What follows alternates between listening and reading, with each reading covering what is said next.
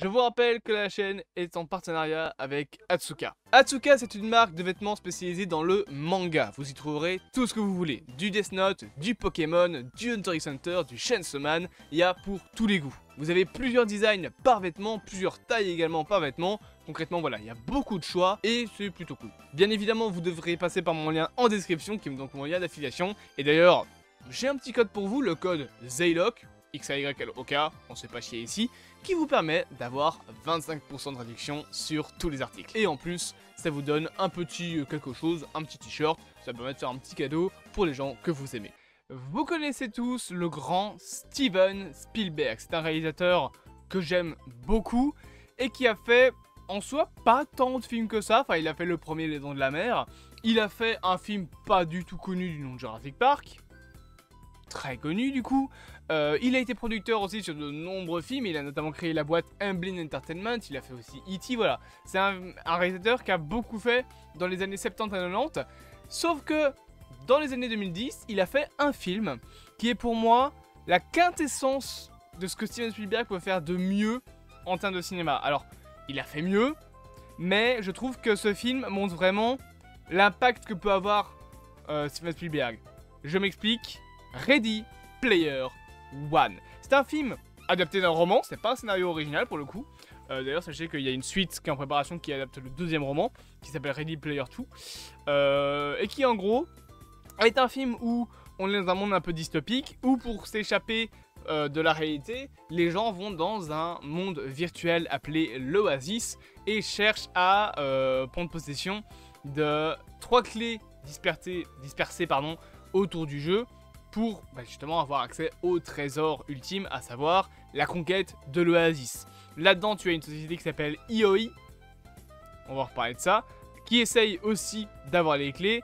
Bref, concrètement, un bordel un peu monstre qui va donc donner à Parcival Wade, dans le monde réel, l'occasion de devenir un grand héros. Je pense que j'ai très bien résumé tout ça. Ce film est pour moi l'exemple de ce que Steven Spielberg peut faire avec une liberté créative quasi totale.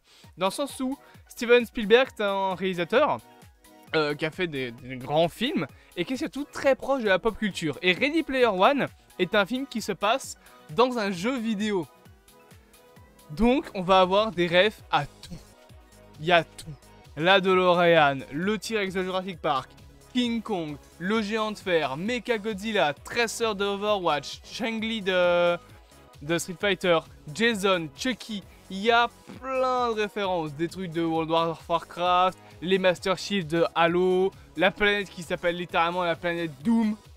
Je pense qu'il n'y a pas d'autre nom, enfin il n'y a rien à rajouter là-dessus.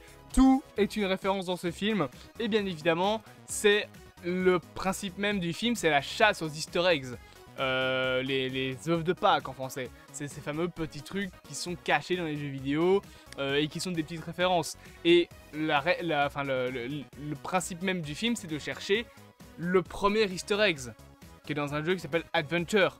Donc un très vieux jeu. Et c'est toute une histoire comme ça qui va du coup permettre à d'autres arcs narratifs de gravité autour. L'amour, le fait de rechercher un petit peu à comprendre les erreurs des autres et pour ne pas les reproduire notamment. Le film est vraiment construit un petit peu comme un jeu vidéo, dans le sens où au début on a un personnage qui est un petit peu un avatar de base, qui se la joue cool et qui va commencer à comprendre le monde qui l'entoure au fur et à mesure du film.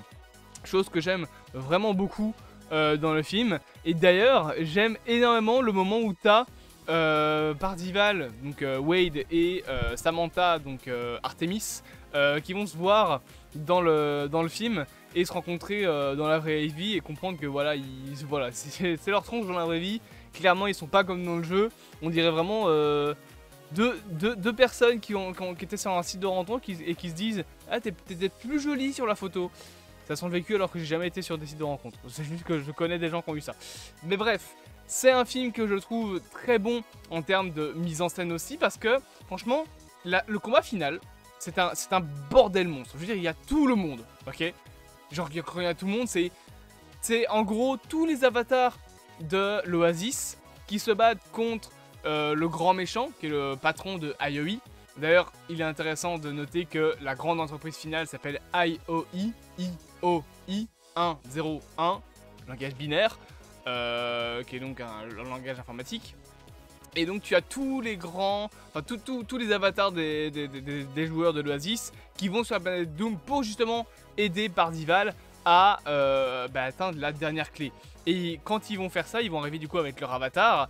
Et quand je vous dis que c'est le bordel, c'est que tu as le géant de fer, Jason, Chucky, Mechagodzilla, des vaisseaux de Star Wars, la DeLorean et Gundam qui se battent sur une planète qui s'appelle la planète Doom. On dirait un gosse qui joue avec ses jouets. Et c'est ça qui est fou. C'est le côté un petit peu... Il y a tout le monde.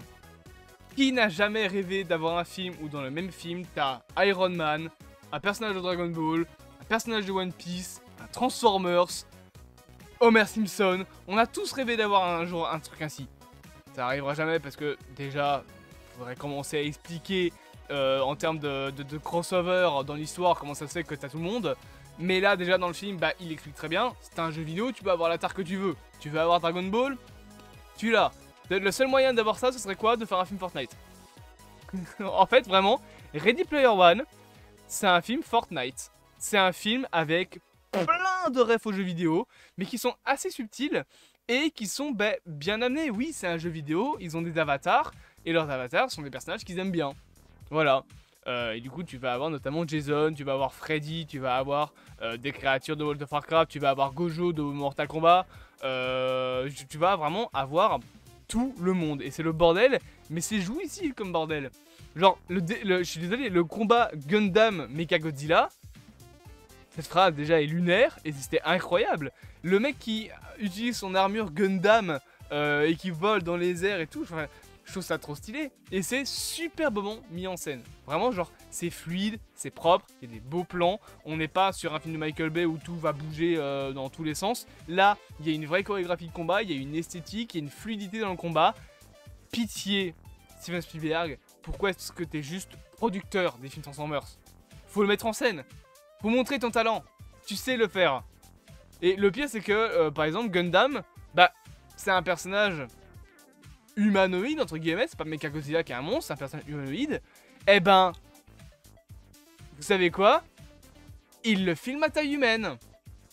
Les plans où on voit Gundam, bon à part quand il est dans les airs, en même temps c'est un peu compliqué de le filmer en mode taille humaine quand il est dans les airs. Quand il est dans les airs, on le voit un petit peu genre comme ça, et il y a une certaine prestance, mais ça c'est normal, c'est pour sublimer l'action du personnage. Mais quand il attaque Mechagodzilla, il est filmé comme un humain. Parce que c'est un humain qui est en dessous. Même si c'est un robot. Hey, Michael Bay, c'est ça qu'il fallait faire dans tes films.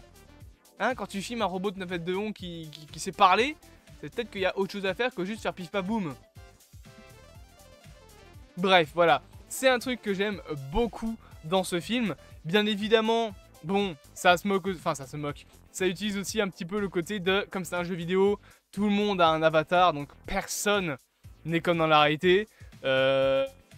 Par exemple, Ash, qui est le gros mec avec la grosse voix, le mec bien alien, bien mécano, c'est une femme.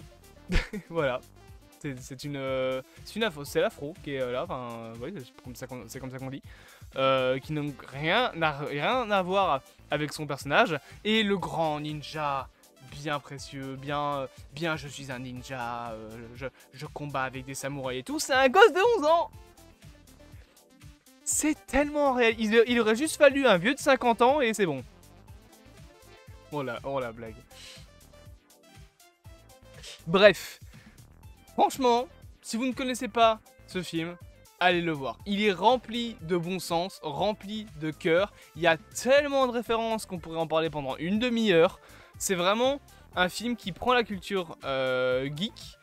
Enfin, la culture geek, la culture pop même en général, que ce soit les jeux vidéo, les films, les séries, même la musique, et qui en fait vraiment quelque chose de très touchant, avec une histoire qui est vraiment plutôt jolie, dans un monde assez dystopique, etc., où tu te rends compte que, en soi, le fond du film est quand même pas spécialement joyeux. Genre, je veux dire, c'est des mecs qui sont tellement dans la merde, qui préfèrent aller vivre dans un monde alternatif plutôt que de rester sur Terre. Sauf que, il y a une phrase, et je vais terminer ma critique là-dessus, que je trouve très belle, c'est quand tu as Hallyday, le créateur de l'Oasis, qui est à la fin du film, donc tu as Parzival qui est arrive à avoir la dernière clé. Donc il se fait une dernière fois tester par le maître des clés qui se révèle en fait être Hallyday. Qui va voilà, lui expliquer un petit peu pourquoi est-ce qu'il a créé l'Oasis, pourquoi les easter eggs, etc. Et avant de lui donner l'easter egg, justement, il va dire une phrase, c'est que même si pour lui, il ne se trouvait pas à sa place dans le monde, Hallyday c'est... je pense que j'ai une photo d'Hallyday. Non, pas là. Là? Non. Ah, il est là, là c'est lui, c'est le vieux qui est derrière.